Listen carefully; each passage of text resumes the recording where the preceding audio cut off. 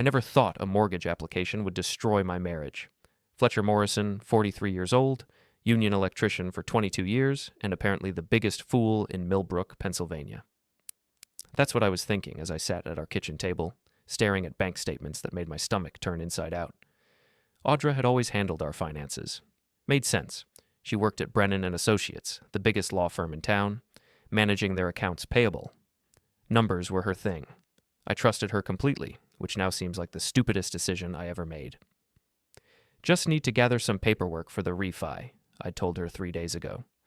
She was getting ready for another weekend conference in Pittsburgh. Always conferences, always overtime, always something keeping her busy while I fixed electrical panels and tried to connect with our 17-year-old daughter Chloe, who treated me like furniture. Everything's in the file cabinet, Audra had said, barely looking up from her phone. Top drawer, labeled banking. Simple enough, except nothing about what I found was simple. The first statement looked normal. Mortgage payment, utilities, groceries, gas. Then I saw it. Transfer to Miles Grant, $2,100, emergency assistance. Miles Grant, my best friend since high school, the guy who'd been my best man, who came to every barbecue, every birthday party, the guy who always seemed to have money troubles but somehow drove a BMW and wore expensive clothes. I flipped to the next month's statement. Another transfer. Miles Grant, $1,800, emergency assistance. My hands started shaking as I went through statement after statement. 23 months of transfers. Some for $1,500, some for $3,000. Each one labeled emergency assistance, or emergency loan, or just emergency. I grabbed my calculator and started adding. The numbers climbed higher and higher until I reached a total that made me sit back in my chair and stare at the ceiling. $47,000. Over 2 years, my wife had transferred $47,000 of our money to my best friend. Money I'd earned crawling through attics and rewiring basements. Money we'd saved for Chloe's college fund, for our retirement, for actual emergencies. But that wasn't the worst part. The worst part was the transaction descriptions. I pulled out my reading glasses and looked closer. Hotel reservation, Pittsburgh Marriott. Restaurant charge, Antonio's Fine Dining.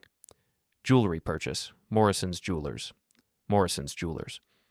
The irony wasn't lost on me. My own last name on the store where my wife bought jewelry I'd never seen her wear. I opened my laptop and started cross-referencing dates. Every transfer to Miles corresponded with one of Audra's business trips. Every hotel charge happened during her weekend conferences. Every restaurant bill fell on nights she claimed to be working late. The pattern was so obvious, so blatant, that I wondered how I'd missed it for 2 years. But I knew how. I trusted her. I believed her when she said the law firm demanded long hours, when she explained that senior associates had to attend continuing education seminars, when she apologized for missing dinner again. I heard Chloe's footsteps on the stairs and quickly closed the laptop. She walked into the kitchen, grabbed an energy drink from the fridge, and barely acknowledged my existence. "Your mom get off okay?" I asked. "Yeah, she left an hour ago, another boring conference." Chloe rolled her eyes. "At least Uncle Miles is driving her to the airport. She doesn't have to deal with parking." Uncle Miles, that's what Chloe called him. Miles, who had no children of his own, but somehow always knew exactly what to buy Chloe for her birthday. Miles, who took her shopping when I was working weekends. Miles, who apparently had been spending $47,000 of my money while I worked 60-hour weeks to keep our family comfortable. "Dad, you look weird. Are you okay?" I forced a smile. "Just tired, honey. Long week?" She shrugged and headed back upstairs, already absorbed in her phone. I waited until I heard her bedroom door close, then opened the laptop again. I needed more information. I needed to understand exactly what I was dealing with before I confronted anyone. So I did what any electrician would do when faced with a complex wiring problem. I traced every connection. I logged into our credit card accounts, more charges I didn't recognize, expensive dinners at restaurants I'd never been to, hotel rooms in cities where Audra claimed to have conferences, a tennis bracelet from Morrison's Jewelers that cost $1,800, a bracelet I'd never seen Audra wear. Then I found something that made my chest tighten with rage, a charge for 2 tickets to a Broadway show in New York City. The same weekend, Audra told me she had to work overtime to finish a big case.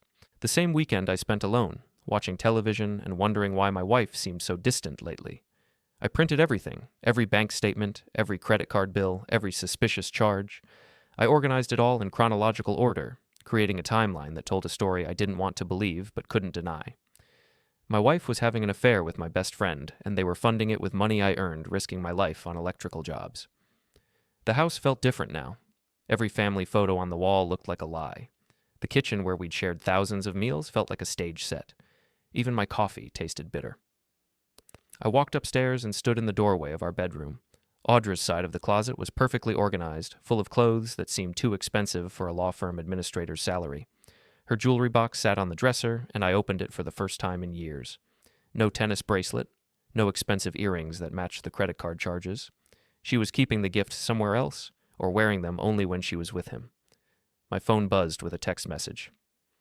Having a great time at the conference. See you Sunday night. Love you. The message was from Audra, sent from Pittsburgh. Except according to the credit card charges, she wasn't in Pittsburgh. She was in Atlantic City, staying at a casino hotel, eating at expensive restaurants, probably laughing about how stupid her husband was. I sat on the edge of our bed and tried to figure out what to do next. Part of me wanted to drive to Atlantic City and confront them both. Part of me wanted to call Audra and demand an explanation. But the smarter part of me, the part that had learned to think problems through during 22 years of electrical work, knew I needed a plan. I needed evidence. I needed documentation. I needed to be absolutely certain before I made any moves, because once I started this process, there would be no going back. I went downstairs and called my brother Danny, who worked as a private investigator in Philadelphia. Fletcher, what's going on? You sound terrible. Danny, I need some advice. Hypothetically, if someone wanted to gather evidence of financial fraud and adultery, what would be the best way to do it? There was a long pause. This isn't hypothetical, is it? No, it's not. Come to my office Monday morning. Bring everything you found. We'll figure this out together. After I hung up, I sat in my kitchen surrounded by evidence of my wife's betrayal and tried to understand how my life had fallen apart so completely without me noticing. But I was noticing now, and I was going to make sure everyone else noticed too. Danny's office was in a strip mall between a nail salon and a tax preparation service.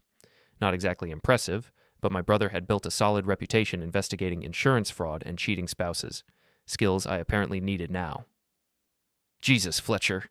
Danny spread the bank statements across his desk like he was dealing cards. This is bad. Really bad. Tell me something I don't know. Okay, here's something you don't know. This level of financial deception is considered fraud in Pennsylvania. Audra had a fiduciary duty to manage joint assets honestly. She violated that duty repeatedly. Danny pulled out a legal pad and started making notes. The good news is, you've got a paper trail that most guys never find. Bank records, credit cards, receipts. The bad news is we need more evidence to make this airtight. What kind of evidence? Photos, witnesses, documentation of the affair itself? Right now, we can prove she gave Miles money and lied about where she was going. We need to prove why. I leaned back in the uncomfortable office chair. So what do? We follow her. Next time she goes on a business trip, we document where she really goes and who she's with. We build a case that no divorce attorney can argue against. The plan was simple, but required patience. We would wait for Audra's next conference, follow her discreetly, and gather photographic evidence. Danny would handle the surveillance while I maintained normal routines at home. One more thing, Danny said as I was leaving. Don't confront Miles yet. Don't change your behavior around Audra. Act like everything's normal until we have everything we need. Acting normal turned out to be the hardest part. That week, I came home every day to find Audra cooking dinner, asking about my work, discussing Chloe's college plans. She seemed like the same woman I'd married 20 years ago, except now I knew she was lying about everything. How was your day? She'd ask, and I'd want to respond, better than yours will be when I'm finished with you. Instead, I'd say, fine, just the usual, and pretend to watch television while my mind raced with plans for revenge. Miles called twice that week, wanting to grab drinks at Murphy's Tavern like we'd done every Friday for 15 years. I made excuses both times, claiming I was too tired from work. The truth was, I didn't trust myself to sit across from him without revealing what I knew. You're being weird lately, Chloe announced Thursday night at dinner. You barely talk anymore. Just stressed about work, I said. Big job coming up. Audra reached across the table and squeezed my hand. You work too hard, honey. Maybe we should plan a vacation this summer, somewhere relaxing. The gesture made my skin crawl. She was touching me with the same hands that had been touching Miles. She was planning vacations with money she'd stolen from our accounts. The level of deception was breathtaking. That sounds nice, I managed to say. Maybe we can afford it once the mortgage refinancing goes through. I watched her face carefully, looking for any sign of guilt or worry. Nothing. She just smiled and started clearing dishes like she hadn't spent the last 2 years systematically robbing our family. Friday afternoon, Audra announced another conference. Philadelphia this time, she said. Financial management seminar for law firms. I'll leave Saturday morning and be back Sunday night. Want me to drive you to the airport? No need. Miles offered to drop me off. He's got business in the city anyway. Of course he did. Business funded by my money. Saturday morning, I watched from our bedroom window as Miles picked up Audra in his BMW. She kissed me goodbye like a loving wife, promised to call that evening, and walked out the door carrying luggage for a trip she wasn't really taking. I waited 30 minutes, then called Danny. They just left. BMW, license plate JMG 4471, heading south on Route 15. I'm already in position. I'll follow them and call you with updates. The next 6 hours were torture. I tried to keep busy around the house, fixing a loose cabinet door and cleaning the garage, but my mind kept imagining what Danny might be discovering. Every time my phone rang, my heart jumped. Finally, at 4 o'clock, Danny called. You're not going to like this, but you need to hear it. They didn't go to Philadelphia.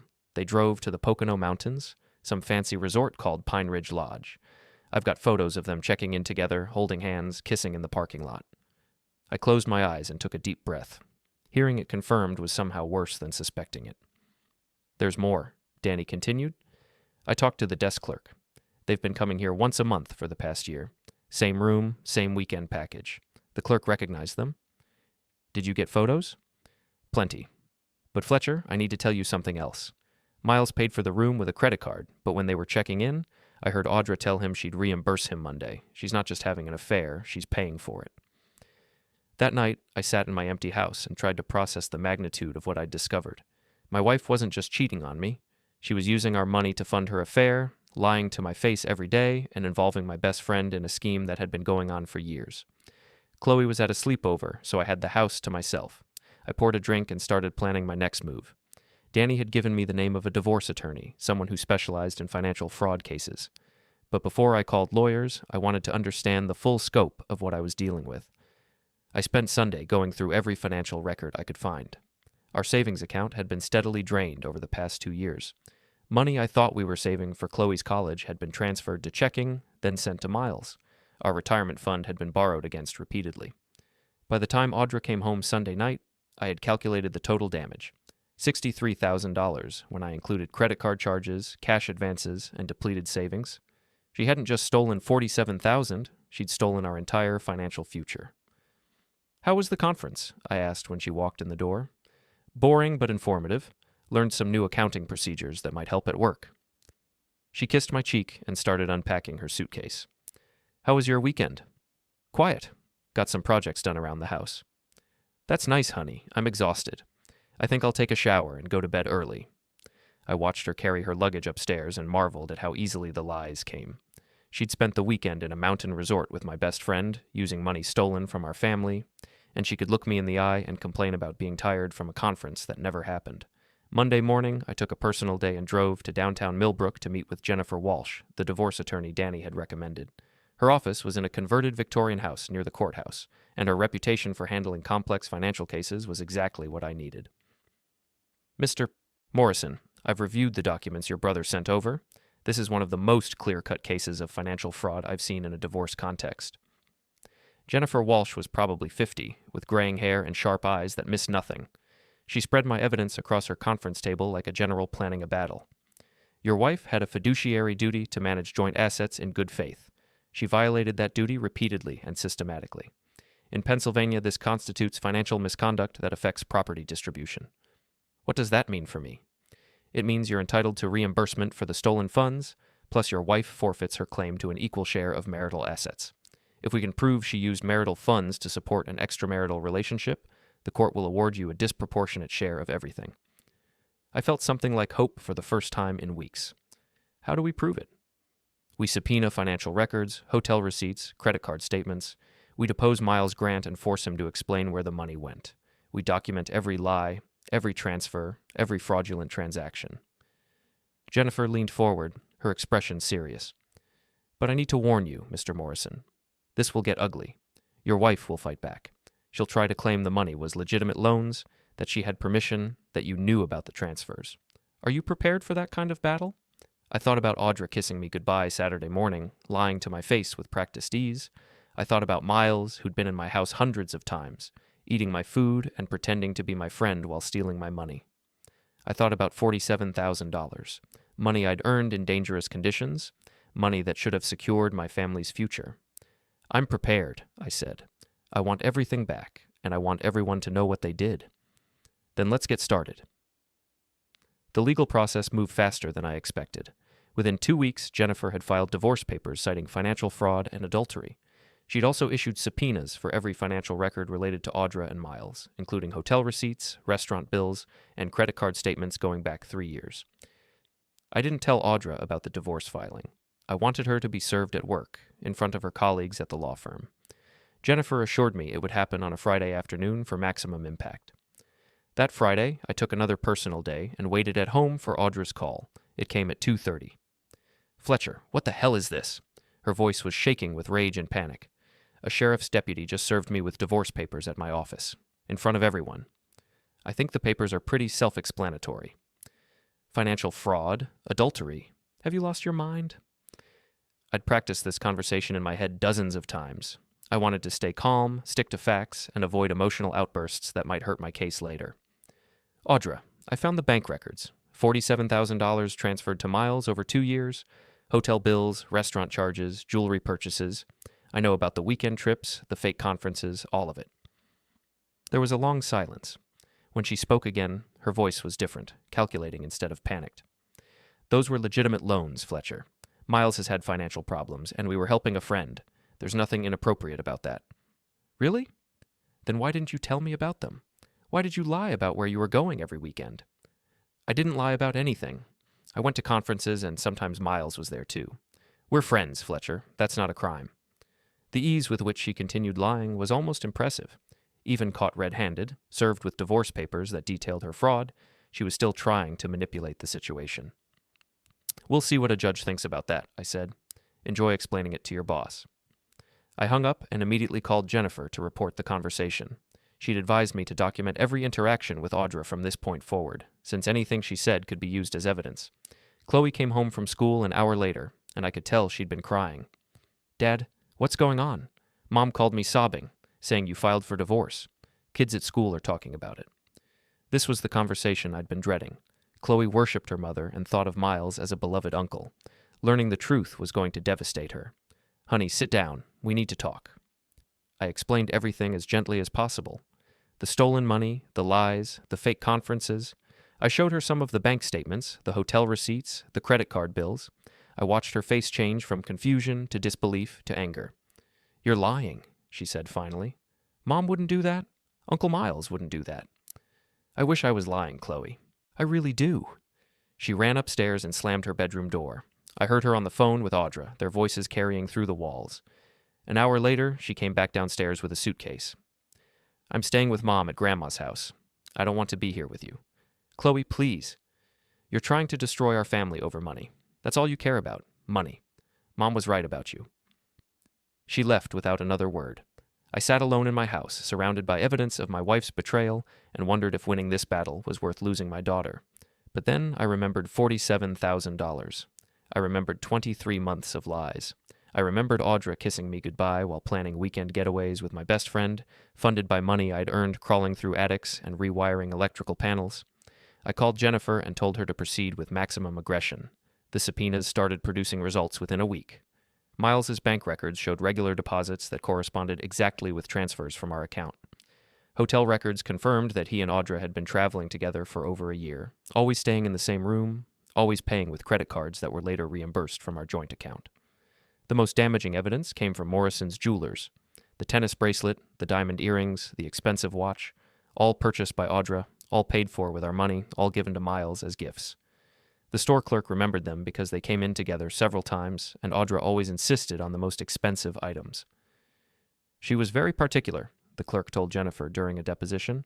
She wanted everything engraved with his initials, said price was no object because it was a special relationship. Jennifer compiled everything into a comprehensive filing that read like a crime novel.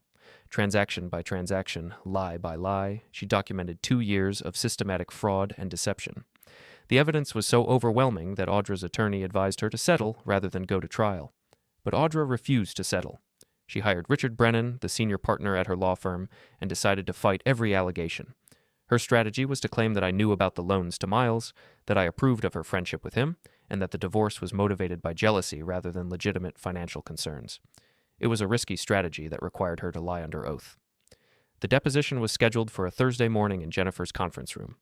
I would be present, but not allowed to speak unless asked direct questions.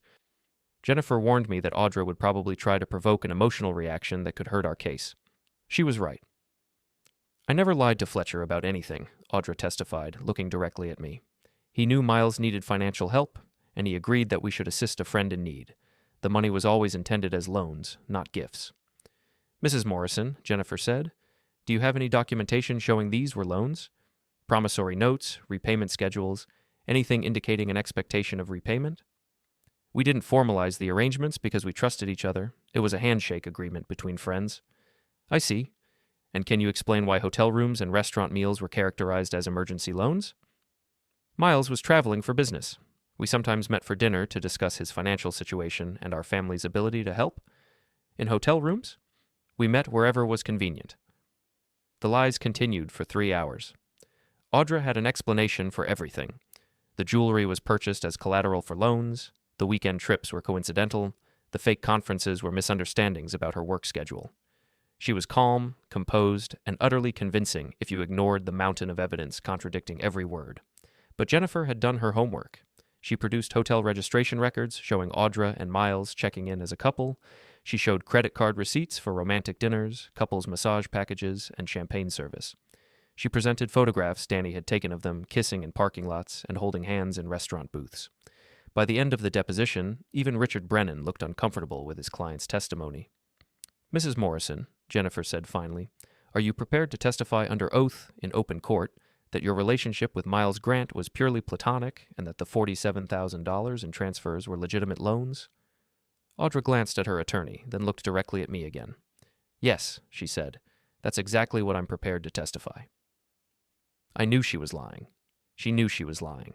Her attorney probably knew she was lying, but she was committed to her story, which meant we were going to trial. Jennifer smiled as we left the conference room. She just handed us the case, she said. Lying under oath is perjury, and we have photographs proving she lied. The judge is going to throw the book at her.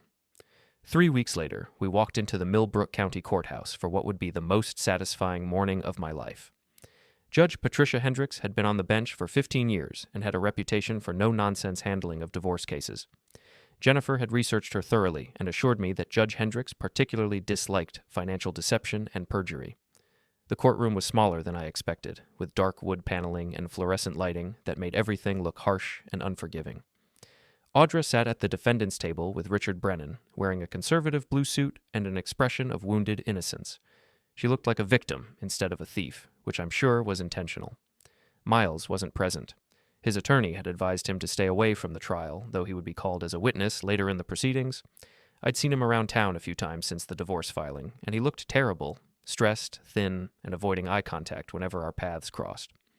Jennifer opened with a methodical presentation of evidence that took most of the morning. She displayed bank records on a large screen, walking Judge Hendricks through every suspicious transfer. She showed hotel receipts, restaurant bills, and jewelry purchases. She presented a timeline that correlated Audra's lies about work conferences with her actual whereabouts. Your Honor, Jennifer said, this case represents a systematic pattern of financial fraud spanning 23 months. Mrs. Morrison violated her fiduciary duty to manage joint assets honestly, instead using marital funds to finance an extramarital affair. The evidence is overwhelming and undeniable. Richard Brennan's defense strategy was to minimize the financial impact and characterize the relationship as an emotional affair rather than a physical one. He argued that the money transfers were legitimate loans that Miles intended to repay and that Audra's feelings for Miles never translated into inappropriate physical conduct. It was a weak argument that fell apart as soon as Jennifer started presenting photographic evidence. Your Honor, I'd like to show Exhibit 47, photographs taken at Pine Ridge Lodge on March 15th of this year. The photos appeared on the courtroom screen, Audra and Miles kissing in the hotel parking lot, holding hands while walking to their room, embracing on the balcony of their suite. Danny had done excellent work documenting their relationship. These photographs directly contradict Mrs. Morrison's deposition testimony that her relationship with Mr. Grant was purely platonic. Jennifer continued. She committed perjury during sworn testimony, and these images prove it. I watched Audra's face as the photos were displayed. For the first time since this whole process began, she looked genuinely worried. Richard Brennan was whispering urgently in her ear, probably advising her to consider a settlement before things got worse. But the worst was yet to come. Jennifer called Miles as a witness, and his testimony destroyed what remained of Audra's credibility. He looked nervous and defeated as he took the oath, avoiding eye contact with both Audra and me. "Mr. Grant," Jennifer began, "what was the nature of your relationship with Mrs. Morrison?"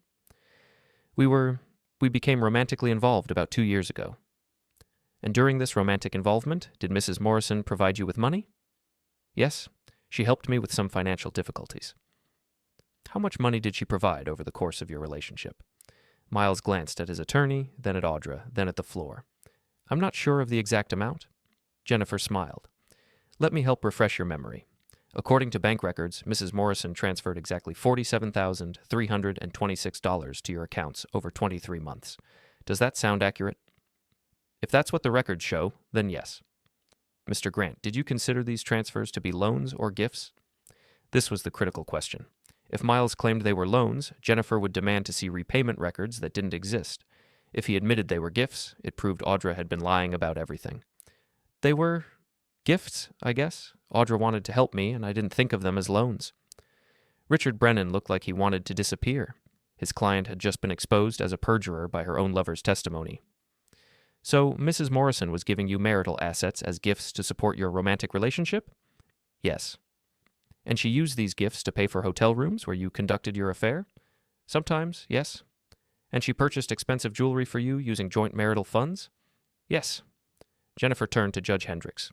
"Your Honor, the witness has confirmed that Mrs. Morrison systematically converted marital assets for personal use in furtherance of an extramarital affair. This constitutes clear financial misconduct under Pennsylvania law." When it was Richard Brennan's turn to cross-examine Miles, he had nothing to work with. His client had lied under oath, and her lover had just confirmed every allegation in the divorce filing.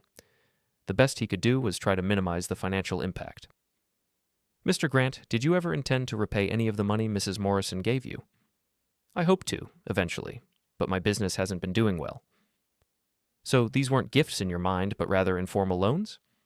"I don't know. Maybe. It was complicated." It was a pathetic attempt at damage control that fooled no one. Judge Hendricks looked increasingly annoyed with the contradictory testimony and obvious lies. The final witness was me. Jennifer had prepared me thoroughly for this moment, coaching me to stick to facts and avoid emotional outbursts that might hurt our case. "Mr. Morrison," Jennifer asked, "did you have any knowledge of your wife's financial transfers to Mr. Grant?" "No, I did not." "Did you approve of these transfers?" "Absolutely not. I would never have agreed to use our savings and retirement funds to support my wife's affair." "How did you discover the transfers?" "I was reviewing bank statements for a mortgage refinancing application. That's when I found the pattern of payments to Miles." "What was your reaction to this discovery?" I looked directly at Audra for the first time during the trial. She was staring at her hands, unable to meet my eyes. I felt betrayed, not just by the affair, but by the systematic theft of money I'd worked 22 years to earn, money that was supposed to secure our family's future. Richard Brennan's cross-examination was brief and ineffective. He tried to suggest that I should have been monitoring our finances more closely, that I bore some responsibility for not detecting the fraud sooner. It was a desperate argument that only made Audra look worse. Judge Hendricks called a recess before closing arguments. I stepped outside the courthouse and called Danny to update him on the proceedings. "Sounds like it's going well," he said. "How's Audra holding up?" "She looks like she knows she's beaten. Her attorney keeps trying to get her to consider a settlement, but she's still refusing." "Pride goes before a fall, I guess. She made her choice." When court reconvened, Jennifer delivered a closing argument that methodically dismantled every aspect of Audra's defense. She highlighted the perjury, the financial fraud, and the systematic deception that had characterized my marriage for the past 2 years. "Your Honor, Mrs. Morrison had a legal and moral obligation to manage marital assets honestly. Instead, she converted nearly $50,000 for personal use, lied to her husband repeatedly, and committed perjury during sworn testimony. Pennsylvania law is clear. Financial misconduct of this magnitude warrants a disproportionate distribution of marital assets to the innocent spouse." Richard Brennan's closing was a half-hearted attempt to minimize damages and appeal to the court's mercy.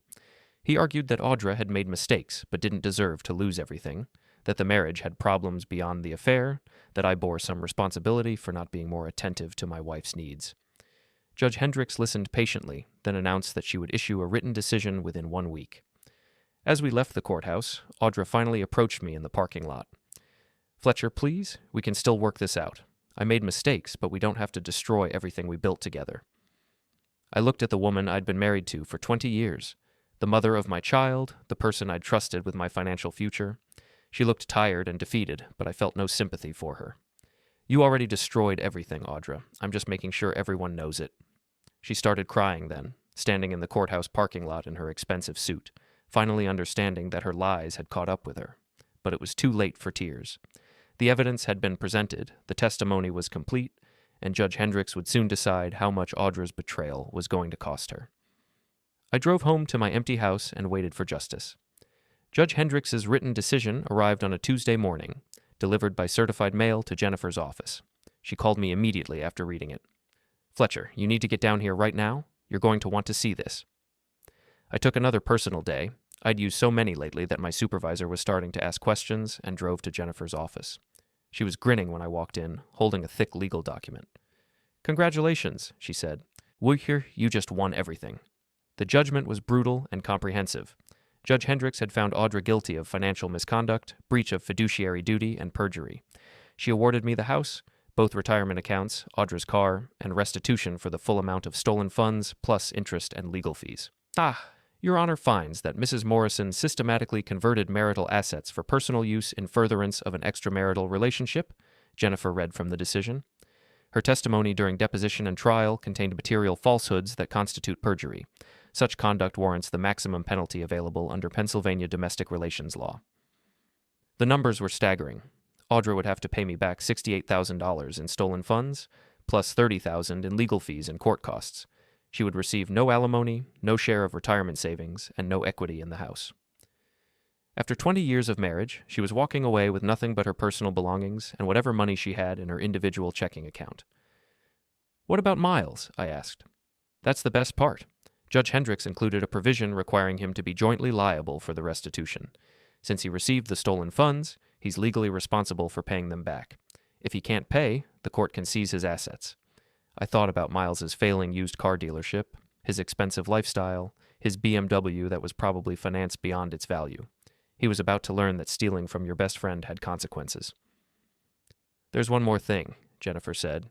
Judge Hendricks referred the perjury matter to the district attorney's office. Audra could face criminal charges. That afternoon, I drove to Miles's dealership for the first time in months. Grant Motors occupied a corner lot on the outskirts of town, selling used cars to people with bad credit and limited options. Business had never been great, but lately the lot looked nearly empty. Miles was in his office when I walked in, hunched over paperwork and looking like he hadn't slept in weeks. He glanced up when he heard the door chime, and his face went pale when he saw me. "Fletcher, I didn't expect to see you." "I brought you something." I dropped a copy of the court judgment on his desk. "You owe me $68,000, joint liability with Audra." He picked up the document with shaking hands and read the first page. I watched his face crumble as he understood what it meant. "Fletcher, I don't have that kind of money. The business is barely surviving. I can't—" "You should have thought about that before you decided to steal from me." "It wasn't stealing. Audra gave me that money willingly." "Audra stole it from our joint accounts and gave it to you. That makes you an accessory to theft." The judge agreed. Miles stood up and walked to his office window, staring out at his nearly empty car lot. "This is going to ruin me. I'll lose everything." "Good. That was the point." I left him there with the court papers and drove across town to Audra's mother's house, where she'd been staying since the divorce filing. Mrs. Patterson answered the door with a cold expression that made it clear whose side she was on. "She doesn't want to see you, Fletcher." "She doesn't have a choice? I have legal documents to deliver." Audra appeared behind her mother, wearing sweatpants and a t-shirt that made her look younger and more vulnerable than she had in court, but I was past feeling sorry for her. "I assume you've heard about the judgment," I said. "Richard called this morning. Fletcher, please, you have to understand." "I understand perfectly. You stole nearly $50,000 from our family to fund an affair with my best friend. You lied to my face for 2 years. You committed perjury under oath. I understand everything." I never meant for it to go this far. I made mistakes, but I never wanted to hurt you. You didn't make mistakes, Audra. You made choices. Every transfer, every lie, every fake conference was a choice. Now you get to live with the consequences. I handed her the restitution paperwork. You have 30 days to begin payment arrangements, or the court will start seizing assets. That includes your car, your jewelry, and any money in your personal accounts. She started crying again, but this time her tears had no effect on me. I'd spent too many nights lying awake thinking about $47,000. Too many days wondering how I'd missed the signs, too many hours calculating how much money we'd lost because of her selfishness. What about Chloe? She asked. She needs stability, she needs her family. Chloe is welcome at home anytime she wants to come back, but she'll have to accept that her mother is a liar and a thief. I left Audra crying on her mother's porch and drove home to my empty house. For the first time in months, it felt peaceful instead of lonely. I poured myself a drink and sat on my back deck, looking out at the yard I'd worked so hard to maintain, thinking about the future I could now plan without worrying about stolen money and lying spouses. My phone rang around 8 o'clock. It was Chloe. Dad, I heard about the court decision. What did you hear? Mom told me she has to pay you back all the money she gave Uncle Miles. She's crying and saying you're trying to destroy her. I chose my words carefully. Chloe was 17, old enough to understand the truth, but young enough to be devastated by it. Honey, the court reviewed all the evidence and decided that your mother broke the law by taking money from our accounts without telling me. She has to pay it back because it wasn't hers to give away. But Uncle Miles needed help. He's always been good to our family. Miles needed help that he got by lying and stealing. That's not the kind of help that good people accept. There was a long pause. Dad, can I come home?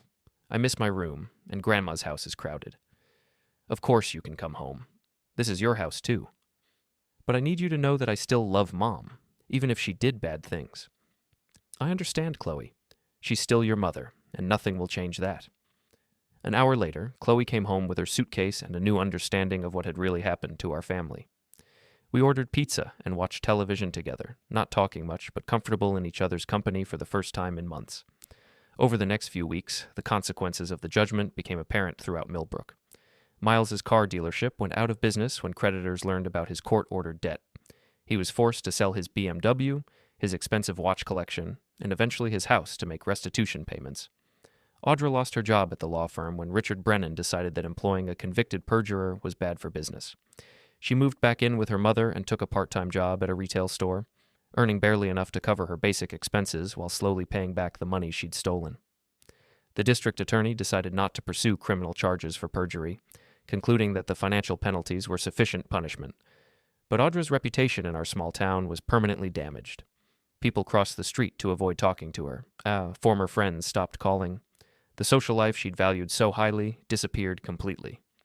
6 months after the judgment, I received a check for $68,000, full restitution plus interest and legal fees. Miles had sold everything he owned and borrowed money from relatives to satisfy the court order. Audra had liquidated her retirement account and jewelry collection to pay her share. I deposited the check and immediately transferred the money to a college fund for Chloe. The money that had been stolen to fund an affair would now pay for my daughter's education. It seemed like appropriate justice.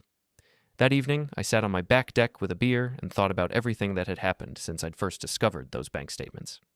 I'd lost a wife who'd been lying to me for years and a best friend who'd never really been a friend at all, but I'd kept my house, my dignity, and my relationship with my daughter. Most importantly, I'd proven that some emergencies are fabricated, but consequences are real. Audra and Miles had created their own emergency by stealing from my family. Now they were living with consequences that would follow them for the rest of their lives. My phone buzzed with a text message from Jennifer. Saw the payment cleared. Congratulations on getting everything back. I typed back, justice served. And it was. After months of lies, betrayal, and legal battles, I finally had everything back. My money, my house, my peace of mind, and my future. Audra and Miles had nothing left but the memory of what their greed had cost them. I finished my beer and went inside to help Chloe with her college applications, funded by money that had finally come home where it belonged.